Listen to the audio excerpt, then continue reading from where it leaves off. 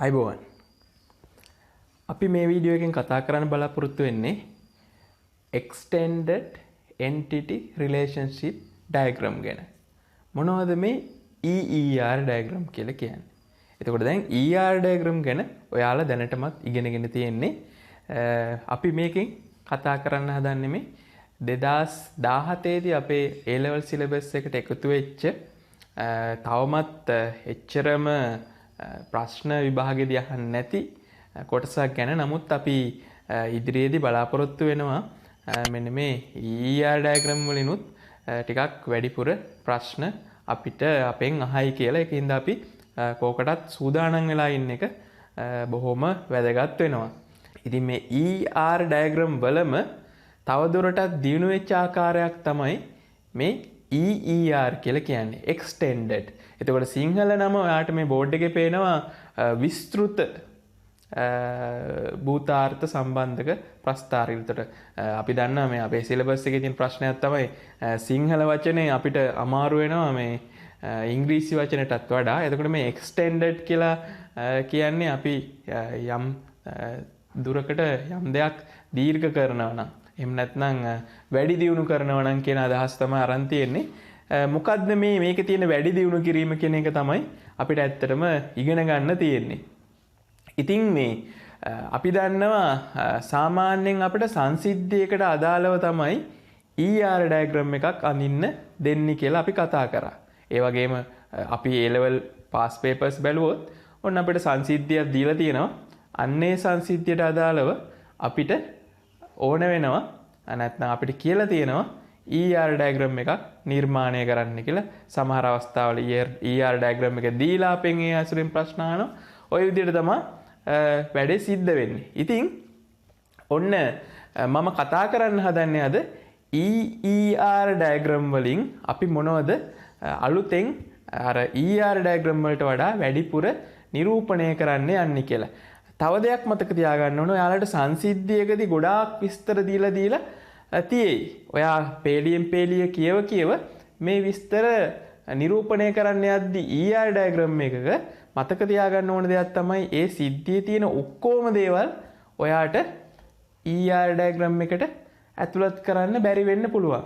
එහෙම නැත්නම් ER diagram එකට ඇතුළත් කරන්න බැරි වෙන්න පුළුවන්. එතකොට සමහර අවස්ථාවල මෙන්න මේ සංසිද්ධියක තියෙන දේවල් වලින් ER diagram එකට දාන්න බැරි දේවල් අපිට EER diagram එකේදී පෙන්වන්න පුළුවන්. අන්න ඒකින්ද තමයි අපි මෙන්න මේ EER diagram නැත්නම් extended entity relationship diagram කියන එක ඉගෙන ගන්නෙ. ඉතින් අපි බලමු මොනවද අපි විශේෂයෙන් මේ diagram වල පෙන්වන්න බලාපොරොත්තු වෙන්නේ කියලා.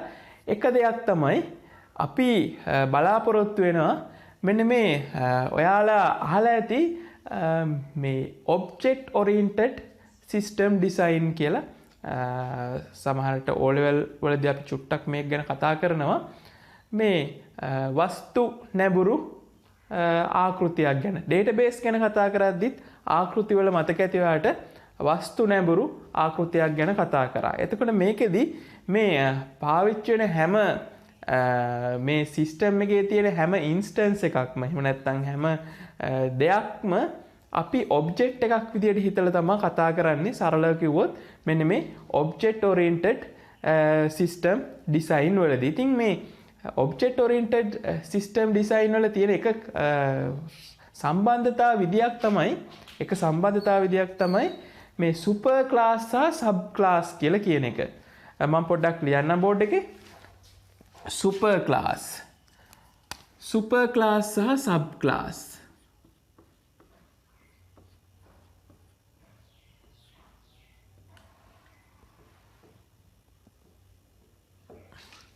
එතකොට මේ පොඩි උදාහරණයක් හැටියට ඔයාට මතක් කරොත් සුපර් ක්ලාස් එකක් කියලා ගත්තොත් අපි vehicle කියන එක සුපර් ක්ලාස් එකක් විදිහට ගත්තොත් vehicle කියන එක සුපර් ක්ලාස් එකක් හැටියට ගත්තොත් vehicle වල තියෙන සබ් ක්ලාස් එකක් තමයි car කියන එක. car එක එතකොට සබ් ක්ලාස් එකක් වෙනවා. එතකොට van කියන ගත්තොත් van එකත් සබ් ක්ලාස් එකක්. එතකොට මේක ලියද්දී අපිට කියන්න පුළුවන් මෙන්න මේ විදියට car is a vehicle කියලා. අපිට මේක මම හිතන්නේ පැහැදිලි ඉංග්‍රීසියෙන් ලිව්වට car එක කියන්නේ vehicle එකක්. එතකොට මෙන්න මේ සුපර් ක්ලාස් එක වෙන්නේ මේකේ vehicle කියන එක. වාහනයකට තියෙන ලක්ෂණ ඔක්කොම කාර් එකට අඩංගු වෙනවා. හැබැයි කාර් එක විශේෂිතව කාර්යයකට භාවිතා කරන්න පුළුවන් මේ කාර් එක කියන වාහනය. අපි දන්නවා සාමාන්‍යයෙන් ගමන් බිමන් යන්න කිහිප දෙනෙකුට ගමන් යන්න සුව පහසුවෙන් යන්න පාවිච්චි කරන වාහනයක් තමයි කා කියන්නේ. එතකොට ඔන්න කා එක අපිට කියන්න පුළුවන් සබ් ක්ලාස් එකක් කියලා.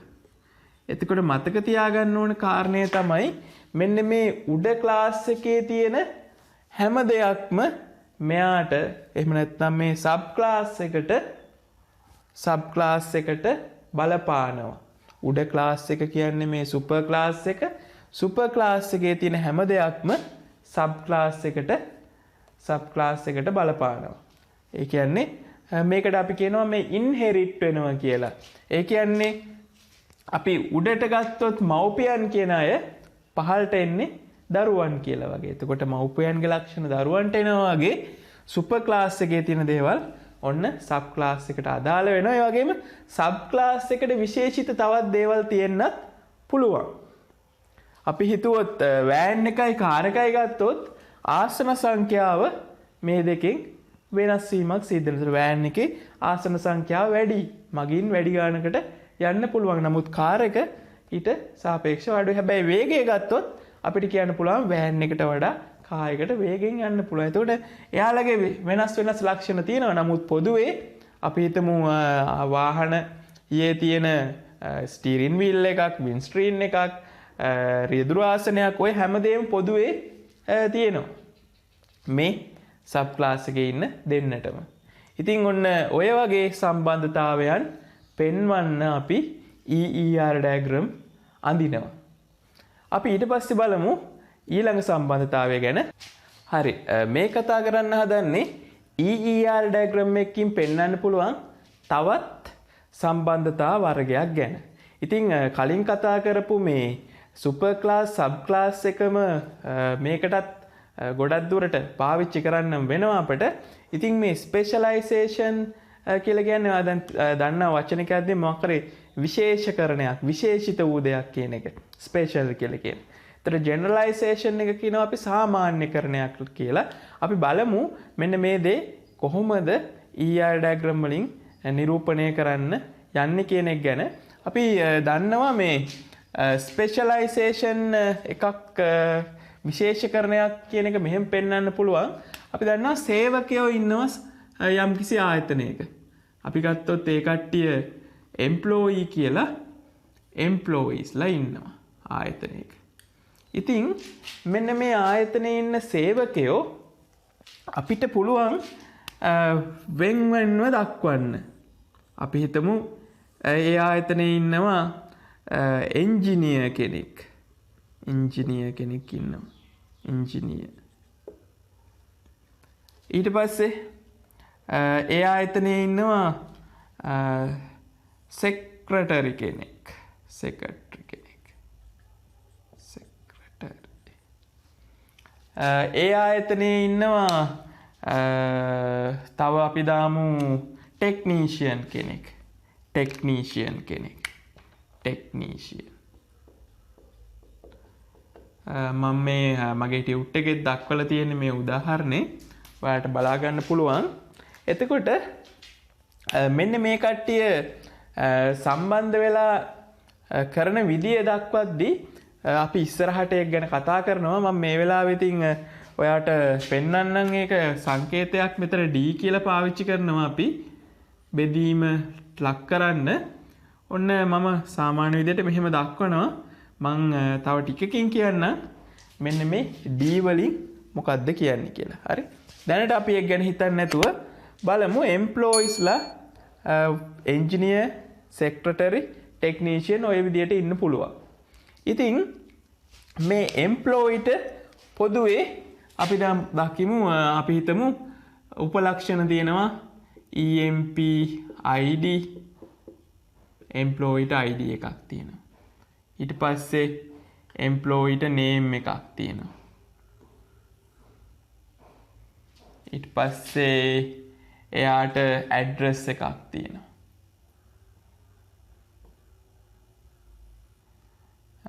අපි තව හිතමු එයාට තියෙනවා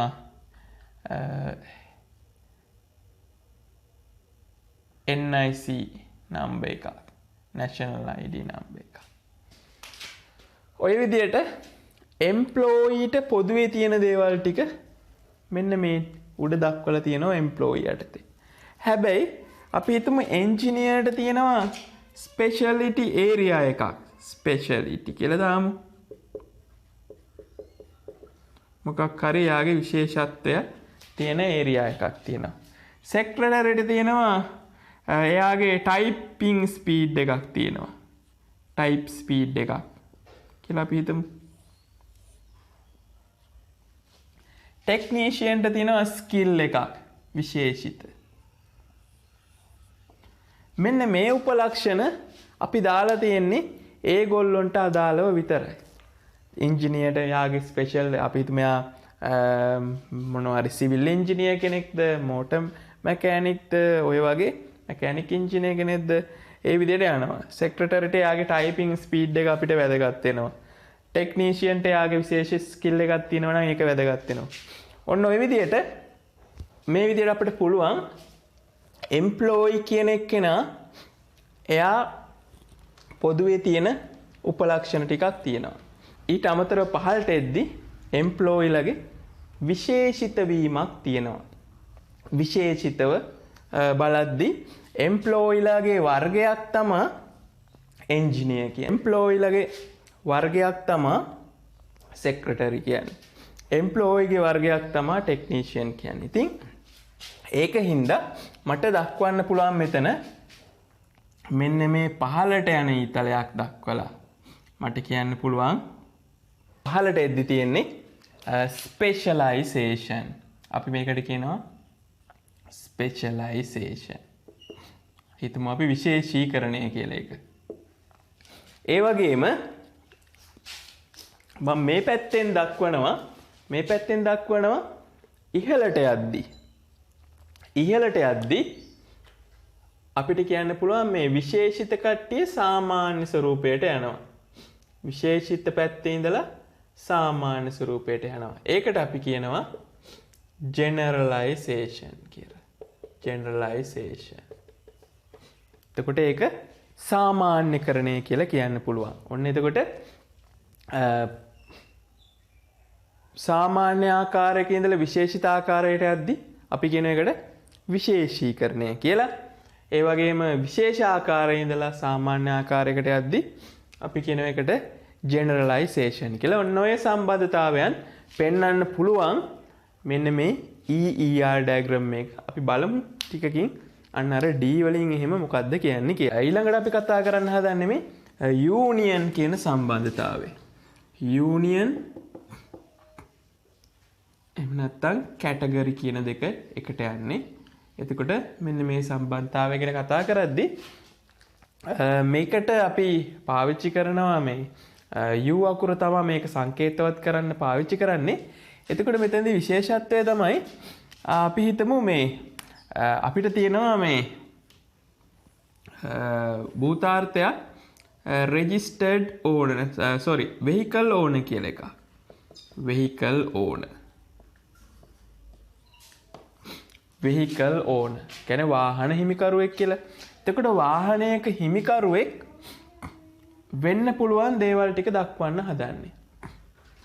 වාහනයක හිමිකරුවෙක් වෙන්න පුළුවන් එක ආකාරයක් තමයි වාහනයක හිමිකරුවෙක් වෙන්න පුළුවන් එක ආකාරයක් තමයි කම්පැනි එකක් වෙන්න පුළුවන්.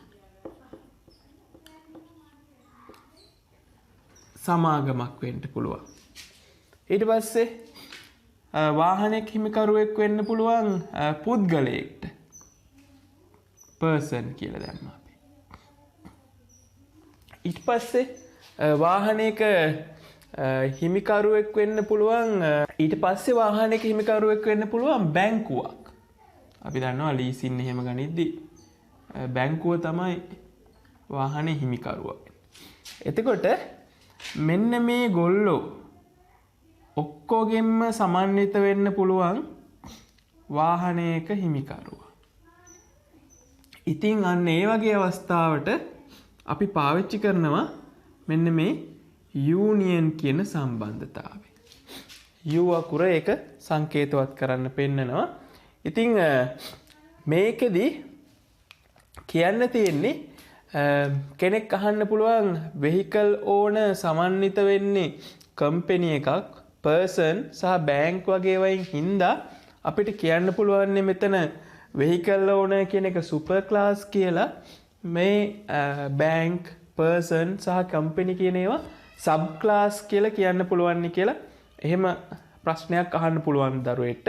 එතකොට කියන්න තියෙන දේ තමයි අපි දැන් කලින් සම්බන්ධතාවදී දැක්කා එම්ප්ලොයිලගේ එම්ප්ලොයිස්ලගේ ඉන්න ආකාර තමයි පෙන්වුවේ. නමුත් මෙතනදී ආ දන්නවා කම්පැනි එක කියන්නේ පුද්ගලයෙක් කියන්නේ සහ බැංකුව කියන්නේ වෙනස් දේවල්. නැත්තම් වෙනස් එන්ටිටි. එකම මට්ටමකට අදාළ වෙන එන්ටිටිස් නෙවෙයි කියලා. ඉතින් ඒක හින්දා තමයි මෙතනදී මේ යූනියන් කියන එක පාවිච්චි කරන්නේ. එතකොට අපිට මේ ටික එකතුව ආකාරය අපි යූනියන් එකක් කියලා කියන එකමුතුවක් එහෙම කියන එකට අපි යූනියන් කියන්නේ. එතකොට අනිත් පැත්තට බලද්දී මේක වර්ග වීමක් කියන එකට අපි කියනවා කැටගරි කියලා. ඉතින් ඔන්න යූනියන් කැටගරි සම්බන්ධතාවයක් මේ විදිහට දක්වන්න පුළුවන්. ඉතින් ඔන්න අපි EER ඩයග්‍රෑම් වල අපි පෙන්වන්න හදන්නේ ඔන්න ඔය සම්බන්ධතා වර්ග තුන තමයි මම කලින් කතා කරපු සුපර් ක්ලාස් සබ් ක්ලාස් ජෙනරලයිසේෂන් ස්පෙෂලයිසේෂන් සහ මේ යූනියන් සහ කැටගරි කියන සම්බන්ධතාවයන් ප්‍රධාන වර්ග තුන තමයි මෙන්න මේ EER ඩයග්‍රෑම් වලින් අපි පෙන්වන්න බලාපොරොත්තු වෙන්නේ. අපි බලමු මේවා අඳිද්දි මේ පාවිච්චි කරන විශේෂ සංකේත සහ ක්‍රම ටිකක් තියෙනවා. අපි ඒ ටිකත් ඉගෙන ගන්න එක වැදගත් වෙනවා මේ පාඩමේ සම්පූර්ණ දැනුමක් ලබා ගන්න.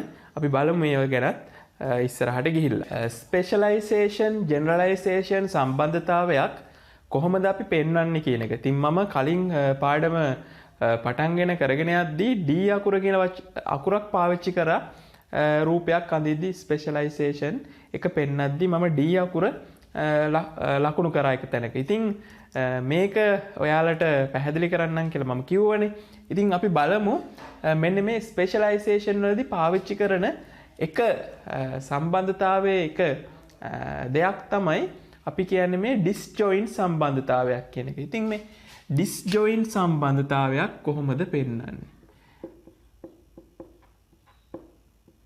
ඊට කලින් දැන් ඩිස්ජොයින්ට් කියන එකෙන් මොකද්ද කියවෙන්නේ කියලා අපි දැනගන්න ඕනනේ. ඉතින් මේ ඩිස්ජොයින්ට් වලින් කරන දේ ඊටාම පහසුයි තේරුම් ගන්න. අපි හිතුවොත් එම්ප්ලොයි කියන එක්කෙනා එම්ප්ලොයි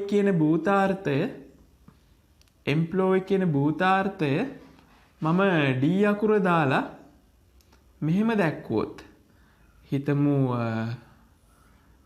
මැනේජර්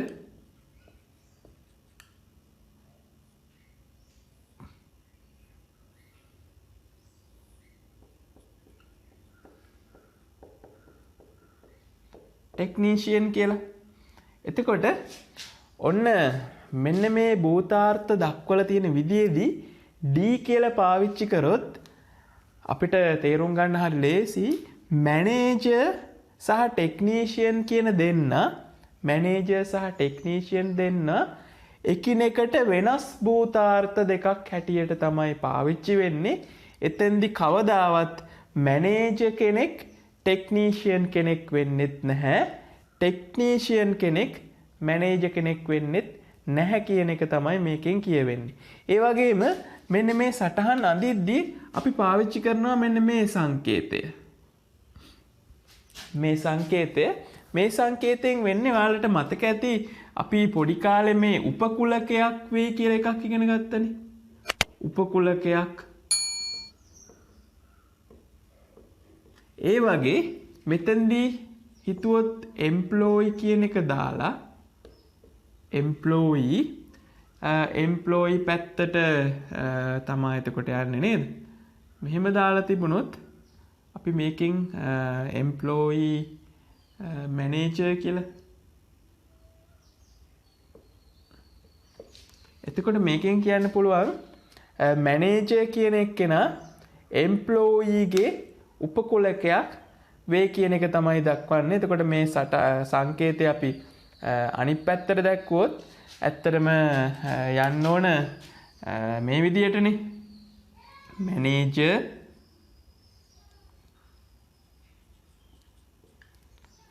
මේ පැත්තට දැක්වුවොත් ලකුණ එම්ප්ලෝයි. එතකොට එම්ප්ලෝයි කියන එක්කෙනාගේ උපකුලකයක් තමයි මැනේජර් කියන්නේ කියන එක තමා දක්වන්නේ. එතකොට මේ සංකේතයත් ඔන්න මතක තියාගන්න මේ හේතුව හින්දා තමයි අපි දක්වන්නේ කියලා.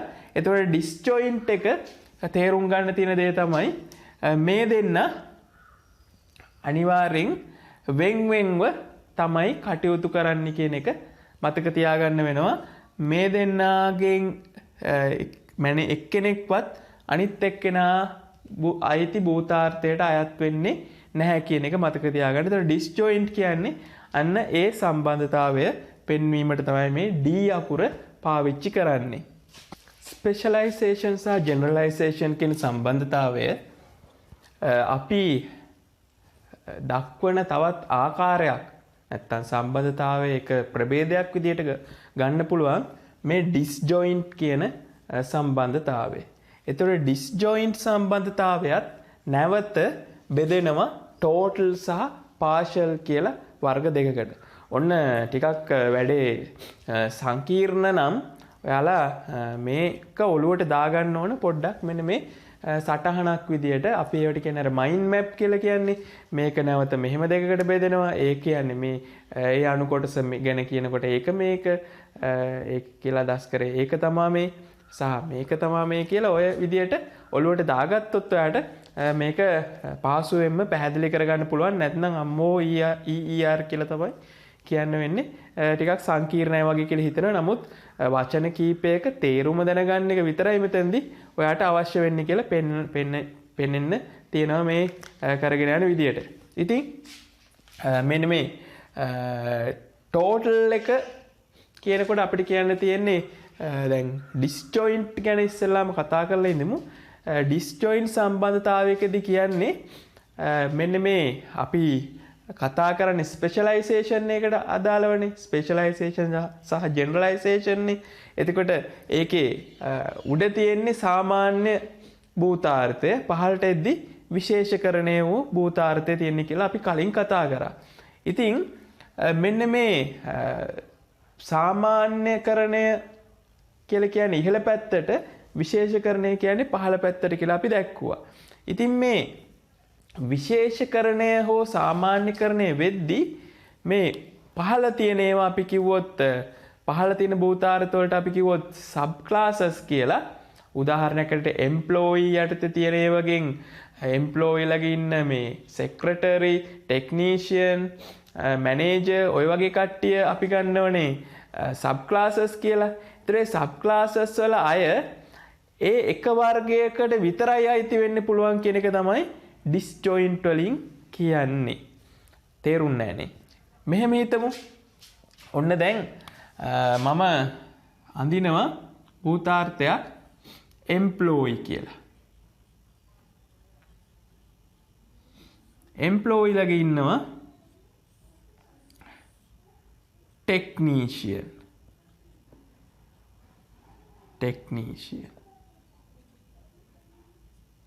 ඊට පස්සේ තව ඉන්නවා එන්ජිනියර්.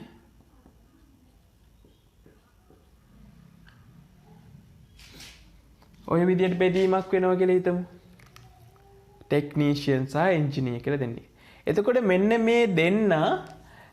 මේ දෙන්න කවදාවත් ටෙක්නීෂියන් කෙනෙක් ආයේ එන්ජිනියර් කෙනෙක් වෙන්නෙත් නැත්නම් එන්ජිනියර් කෙනා නැවත ටෙක්නීෂියන් හැටියට ඒ ගොඩටත් වැටෙන්නේ නැත්නම් අපිට කියන්න පුළුවන් මෙන්න මේ දෙන්න අතර තියෙන්නේ ඩිස්ජොයින්ට් එකක්. ඒ කියන්නේ මේක දක්වන්න පුළුවන් මෙන්න මේ විදියට. D අකුර ලියලා මෙහෙම දක්වන්න පුළුවන්. මේකෙන් කියන්නේ මේ සබ් ක්ලාසස් වලට අයිති වෙන අය මේ දෙකෙන් එක ගොඩකට විතරමයි අයිති වෙන්නේ කියන එක තමයි මේ ඩිස්ජොයින්ට් වලින් කියන්නේ. එතකොට ඔන්න ඩිස්ජොයින්ට් එක ඔයාලට තේරෙන්නේ නැති. ඩිස්ජොයින්ට් සම්බන්ධතාවයෙන් කියන්නේ සබ් ක්ලාස් වලට වැටෙන කට්ටිය ඒ ගොඩවල් දෙකකටම වැටෙන්නේ ඒ ගොඩවල් කියලා දාස් කරන මේ එන්ටිටි වලින් එකකට පමණයි අයිති වෙන්නේ කියන එක තමයි ඔන්න ඔය ඩිස්ජොයින්ට් එකෙන් කියන්නේ. ඉතින් සරලව මතක තියාගන්න. ඊට පස්සේ බලමු මේ ඩිස්ජොයින්ට් වල තියෙන මේ ටෝටල් ආකාරය සහ පාෂල් ආකාරය කියන්නේ මොකක්ද කියලා බලමු.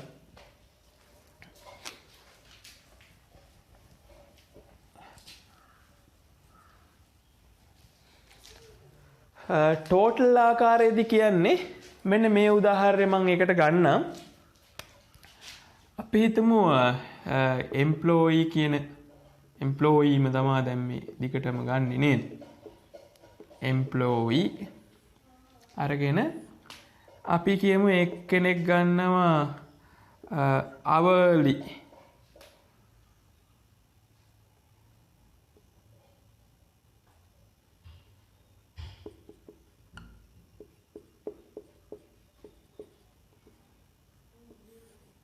අවලි එම්ප්ලොයි කියලා ගත්තා පැයකට යාට ගෙවන්නේ. පැය ගණන් වලට ගෙවන්නේ. මෙයා ගන්නවා අනිත් එක්කෙනා ගන්නවා monthly.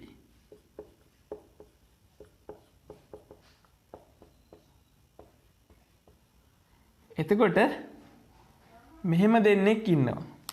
පැයකට පමණක් මුදල් ගෙවන පැයකට පමණක් කියලා අදහස් කරේ පැය ගාන අනුව ගෙවන එම්ප්ලොයි කෙනෙකුයි මාසිකව වැටුප් ලබන එම්ප්ලොයි කෙනෙකුයි ඉන්නවා. එතකොට මේ දෙන්න අනිවාර්යෙන්ම එක ගොඩකට විතරක් අයිති වෙනවනම් ඔන්න අපි කිව්වා ඒක ඩිස්ජොයින්ට් සම්බන්ධතාවයක් කියලා. හරිනේ. ඒ වගේම මේක ටෝටල් කියලා කියන්න පුළුවන් වෙනවා අපට මෙන්න මෙහෙම අවස්ථාවක. මේ දෙන්නාගෙන් එක ගොඩකට විතරයි එම්ප්ලොයි කෙනෙක් අයිති වෙන්නේ. හේතුව ඩිස්ජොයින්ට් වෙනවනම්. ඒ වගේම මේක ටෝටල් වෙනවනම් මේක දැන් ඩිස්ජොයින්ට් සම්බන්ධතාවය මම පෙන්නන්නම්කෝ. එතකොට එක ගොඩකට විතරක් අයිති වෙනවා නම් අපි කියනවා ඩිස්ජොයින්ට් කියලා. ඔන්න D අකුර දැම්මා. එතකොට මේක ටෝටල් කියලා කියනවනම් මට චුට්ටක් මෙතන පෙන්වන්න ඉඩ මදි වගේ. ඒකෙන්ද මම මේක එම්ප්ලොයි කියන එකට මකා ගන්නවා. මේක ටෝටල් කියලා කියනවනම් ඒකෙන් කියන්නේ අනිවාර්යයෙන්ම මෙන්න මේ වර්ග දෙක විතරයි එම්ප්ලොයිලගේ ආයතනයේ තියෙන්නේ. පැයකට ගෙවන සහ මාසයකට ගෙවන කියන වර්ග දෙක පමණයි තියෙන්නේ. අන්න ඒ වගේ අවස්ථාවක අපිට දක්වන්න පුළුවන් මේ වගේ ඉරි කෑලි දෙකකින් තමයි එයා සම්බන්ධ වෙන්නේ අර තියෙන ඉහළ තියෙන භූතාර්ථයට. එහෙම නැත්නම් මේ තියෙන එම්ප්ලොයි කියන භූතාර්ථයට. ඔන්න එතකොට මේක විස්තර කරන්න ගියොත් මේක ලියන්න ගියොත් කොහොමද ලියන්නේ? මේක කියන්න වෙන්නේ එම්ප්ලොයි කියන භූතාර්ථය මේ කොටස් දෙකෙන් විතරයි සබ් ක්ලාසස් තියෙන්නේ. එහෙ නැත්නම් hourly employee සහ monthly employee කියන වර්ග දෙක විතරයි තියෙන්නේ. ඒ වගේම ඒ දෙගොල්ලෝ කවදාවත් වෙනත් එහෙම නැත්නම් ඒ ಜಾති දෙක මික්ස් වෙන්න බෑ කියන එක. හේතුව පැයට වැඩ කරන පැය ගණන් වලට වැටුප් ලබන සේවකයෙක් නැවත මාසික වැටුප් ලබන කෙනෙක් බවට පත් වෙන්නත් බෑ. ඒ වගේම මාසික වැටුප් ලබන කෙනෙක් පැය ගණන් වලට වැටුප් ලබන කෙනෙක් වෙන්නත් බෑ. ඒ වගේම ඒ වර්ග දෙක පමණයි එම්ප්ලොයි සමන්විත වෙන්නේ. ඒක තමයි මෙන්න මේ මෙතන කියන්නේ ඉරි කෑලි දෙකෙන්. ඒකෙන් කියන්නේ ටෝටල් කියලා. ඔන්න එතකොට මම චුට්ටක් ආයෙ පැහැදිලි කරන්න. පැය ගණන් වලට වැටුප් ලබන සහ මාසික වැටුප් ලබන කියන භූතාර්ථ දෙක අයිති සමාජිකයන් ඉන්න පුළුවන් ඒ එක වර්ගයක පමණයි. හරි? ඒක හින්දා තමයි අපි ඒකට කියන්නේ disjoint කියලා. ඒ වගේම employee සමන්විත වෙන්නේ hourly employee සහ monthly employee වර්ග දෙකෙන් පමණක් හින්දා තමයි අපි ඒකට total කියන එක දාන්නේ.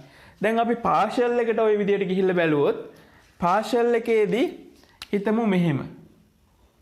ඔන්න ඒකේ ඉන්නවා employee.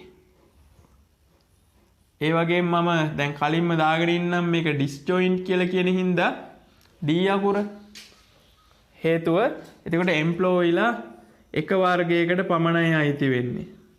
ඕන දැන් මම දානවා මෙතන අපි හිතමු technician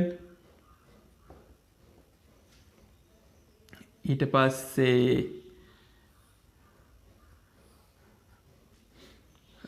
engineer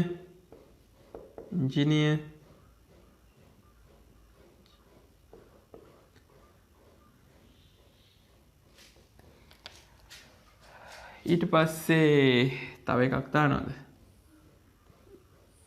secretary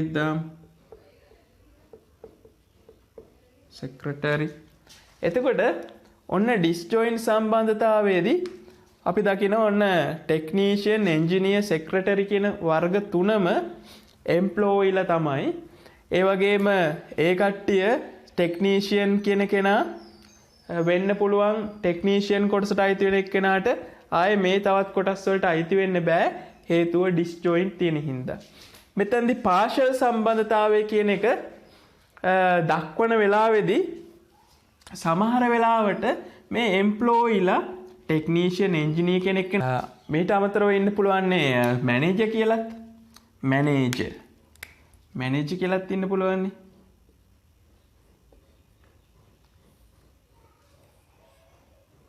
එතකොට ඔන්න මෙතෙන්දි පේනවා employeeලා වෙන්නේ technician engineer secretary කියන තුන් දෙනා විතරක් නෙවෙයි. ඊට අමතරව වෙනත් employeesලාත් ඉන්න පුළුවන්. අන්න ඒ වගේ අවස්ථාවකට අපිට මෙතෙන්ට ඉරි කෑලි දෙකක් පාවිච්චි කරන්න බෑ. අපිට පුළුවන් ඉන්නේ ඉරි කෑලි එකක් පාවිච්චි කරන්න. අන්න ඒකින් තමයි ඒ සම්බන්ධතාවය අපිට කියන්න පුළුවන් partial සම්බන්ධතාවයක් කියලා. ඔන්න එතකොට disjoint එක total සහ partial කියලා කොටස් දෙකකට වෙන් කරා. total relationship එකේදී වෙන්න පුළුවන් ඒ જાති දෙක පමණමයි තියෙන්න පුළුවන්. හැබැයි partial එකකදී මේ තියෙන ඒවා හැරෙන්න වෙනත් ඒවත් තියෙන්න පුළුවන් කියන එක මතක තියාගන්න. මං හිතන්නේ දැන් ඔයාලට මුලදී මේ total එක ගැන කියද්දී තේරුම් නැති වුණත් මේ partial එක ඉගෙනුවට පස්සේ ඔයාට total එක ගැන තව දුරටත් පැහැදිලි වෙන්න ඇති. හේතුව total එකේදී මේ බෙදෙන භූතාර්ථ වර්ග දෙක පමණමයි තියෙන්න පුළුවන්. හැබැයි partial එකේදී ඒවට අමතරව මේ පිටිනුත් වෙනත් සම්බන්ධතා භූතාර්ථ සම්බන්ධ වෙලා තියෙන්න පුළුවන් කියන එක මතක තියාගන්න. ඉතින් මගේ ටියුට් එකේ මේවා දක්වලා තියෙනවා. මේ උදාහරණ තවදුරටත් විස්තර කරමින් ඉතින් ඒවත් බැලුවොත් ඔයාට වැඩිපුර පැහැදිලි වෙයි කියලා හිතනවා. ටියුට් එක ඩිස්ක්‍රිප්ෂන් එකෙන් ඔයාට ඩවුන්ලෝඩ් කරගන්න පුළුවන්. ස්පෙෂලයිසේෂන් සහ ජෙනරලයිසේෂන් යටතේ ඕවර්ලැපින් සම්බන්ධතාවය ගැන තමයි කතා කරන්න හදන්නේ. එතකොට මේ ඕවර්ලැපින් සම්බන්ධතාවයත් අර කලින් කතා කරපු disjoint එක වගේම total සහ partial කියලා නැවත කොටස් දෙකකට බෙදෙනවා. ඉතින් අපි ඉස්සෙල්ලාම බලමු මෙන්න මේ overlapping කියන දේ සම්බන්ධතාවය කොහොමද අපි විස්තර කරන්න කියලා. ඔයා disjoint වලදී දැක්ක විශේෂත්වයක් තමයි disjoint සම්බන්ධතාවයේදී තියෙන මේ sub classes පහළ තිබිච්ච sub classes වල සමාජිකයෝ ඒ එක භූතාර්ථයකට නැත්නම් එක sub class එකකට විතරයි අයිති වෙන්න පුළුවන් කියලා. හැබැයි මේ overlapping සම්බන්ධතාවයේදී sub classes වල සමාජිකයෝ ඒ වර්ග දෙකටම අයිති වෙන්න පුළුවන් කියන එක. උදාහරණයක් හැටියට මම කතා කරොත් මේ overlapping වල total සම්බන්ධතාවයක් මම උදාහරණයක් දක්වන්නම්. මේක තමයි ගොඩක් පොත්පත්වල දක්වලා තියෙන්නේ. අපි හිතමු මේ part එක එහෙම නැත්නම් spare part එකක් කියලා මේක. ඔන්න spare part කියන භූතාර්ථයක්. එතකොට spare part කියන භූතාර්ථය ඕවර්ලැපින් සම්බන්ධතාවයත් එක්ක සම්බන්ධ වෙනවා නම් තව එකක් එක්ක අපි මේක ඇතුලේ ඕ අකුර දානවා. ඔන්න මම මෙහෙම සම්බන්ධ කරා. එතකොට මේක ටෝටල් කියනවා නම් අපි දක්වන්න වෙනවා අර කලින් වගේම ඉරි කෑලි දෙකකින්. එතකොට මේකේ සබ් ඒවා ලකුණු කරොත් හිතමු මේක මම දානවා manufactured කියලා කියන්නේ නිෂ්පාදිත කියන එක නිෂ්පාදිත part එකක් manufactured part ඒ වගේම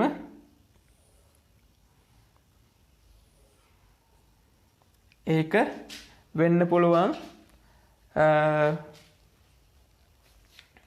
purchase part එකක්.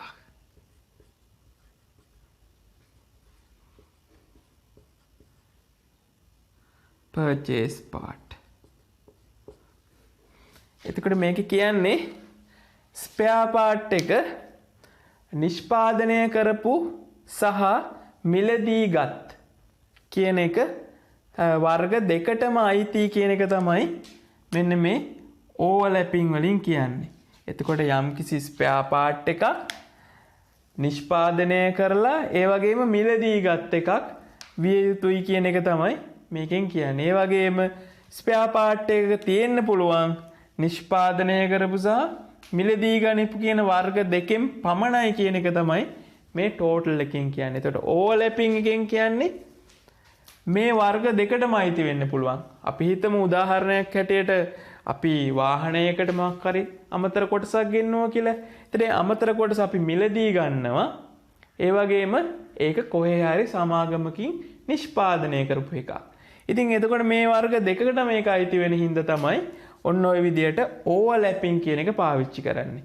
ඒ වගේම අපි ගන්න කොටස මෙන්න මේ වර්ග දෙකෙන් පමණක් නම් සමන්විත වෙන්නේ. එහෙනම් ඒක ටෝටල් කියලාත් අපි දක්වන්න වෙනවා. අපි බලමු පාර්ෂල් එක කොහොමද කියලා. පාර්ෂල් සම්බන්ධතාවයට අපිට උදාහරණයක් හැටියට ගන්න පුළුවන් පුද්ගලයෙක්. අපි හිතමු person. පුද්ගලයෙක් වෙන්න පුළුවන් අපි දාමු එතන ඕ අකුර පාවිච්චි කරනවා. මම ඒක කළු පාටින් පෙන්නන්න. ඕ අකුර. එතකොට පුද්ගලයෙක් අපි දන්නා විශ්වවිද්‍යාලයක ඉගෙන ගන්න ශිෂ්‍යයින් සමහර අවස්ථාවල් වලට විශ්වවිද්‍යාලෙම වැඩ කරන්නත් යනවා. අපි හිතමු එයා ඩිමොන්ස්ට්‍රේටර් කෙනෙක් හැටියට වගේ වැඩ කරන්නත් යනවා කියලා. එතකොට ඒ වගේ අවස්ථාවකදී එයා එම්ප්ලොයි කෙනෙක් හැටියටත් විශ්වවිද්‍යාලේ ක්‍රියාත් කරනවා. ඒ වගේම එයා ශිෂ්‍යයෙක් හැටියටත් ඉන්නවා. එතකොට ඔන්න ඕවර්ලැපින් කියන සම්බන්ධතාවය මේකෙන් හොඳට තේරුම් ගන්න පුළුවන්. ඒ පුද්ගලයෙක් ශිෂ්‍යයෙක් හැටියට සහ අතරම ඒ වගේම එම්ප්ලොයි කෙනෙක් හැටියටත් ක්‍රියාත්මක වෙනවා නම් ඉන්නවා නම් එතකොට මේ ගොඩවල් දෙකට මෙයා අයිති වෙනවා. අන්න එහෙනම් අපි දාන්නේ ඒක ඕවර්ලැපින් කියලා. එතකොට එහෙම උපක්ලාස් නැත්නම් මේ සබ් ක්ලාස් ඒ වගේ වර්ග දෙකකට අයිති වෙන්නේ නැත්නම් තමයි අපි ඩිස්ජොයින්ට් කියලා කිව්වේ. මේ වගේ වර්ග දෙකකට අයත් වෙනවා නම් අපි කියන්නේ ඕවර්ලැපින් කියලා. එතකොට මේ අවස්ථාවක පුද්ගලයෙක් වෙන්න පුළුවන් අපි හිතමු ෆ්‍රීලාන්සර් කියලා. ෆ්‍රීලාන්සර් කියලා කියන්නේ මේ තනියෙන් එයා කොහෙවත් ආයතනයකට වැඩ කරන්නේ. එයා තනියෙන්ම වැඩ කරලා සල්ලි උපයනවා. එයා කාගේවත් එම්ප්ලොයි කෙනෙක් නෙමෙයි. සාමාන්‍ය එයා ඉන්න තනියෙන්ම වැඩක් කරලා සල්ලි හොයාගන්න පුද්ගලයෙක්. ඒතර පර්සන් කෙනෙක් ඔන්න මේ කට්ටියට අමතරව වෙනත් කෙනෙක් ඉන්නත් පුළුවන්. ඉතින් ඕත කෙනෙක් පොත් ලියන කෙනෙක් ඉන්න පුළුවන්. ඒතර ওই විදියට. ඉතින් ටෝටල් වෙන්න නම් මෙන්න මේ ಜಾති දෙකෙන් විතරමයි පර්සන් කෙනෙක් සමන්විත වෙන්න ඕනි කියලා කියන්න වෙනවා. නමුත් මේ අවස්ථාවේදී ඔයාලට දකින්න පුළුවන් මේක පාර්ෂල් සම්බන්ධතාවයක් කියලා. එතකොට ඔන්න ඩිස්ජොයින්ට් වලට අදාළවත් අපි කතා කරා ටෝටල් සහ පාර්ෂල් කියලා. ඒ වගේම ඕවර්ලැපින් වලට අදාළවත් අපි ටෝටල් සහ පාර්ෂල් කියලා මේ වර්ග දෙක කතා කරා. ඉතින් ගොඩක් වෙලාවට ඔයාලට මෙන්න මේ EER අඳිද්දි මෙන්න මේ සම්බන්ධතාවයන් දක්වන්න සිද්ධ වෙනවා. ඉතින් ඒකින්ද අනිවාර්යෙන් මෙන්න මේ කොටස් හොඳට තේරුම් ගන්න යම් අපහසුතාවයක් වුණා නම් තේරුම් ගනිද්දි නැවත නැවත බලලා මේක තමයි මෙහෙම කියලා මේක ගන්න මේ විදියට කියන එක ඔළුවට හරියටම දාගන්න. එහෙම වුණොත් ඔයාලට මේක අමාරු පාඩමක් වෙන්නේ නැහැ.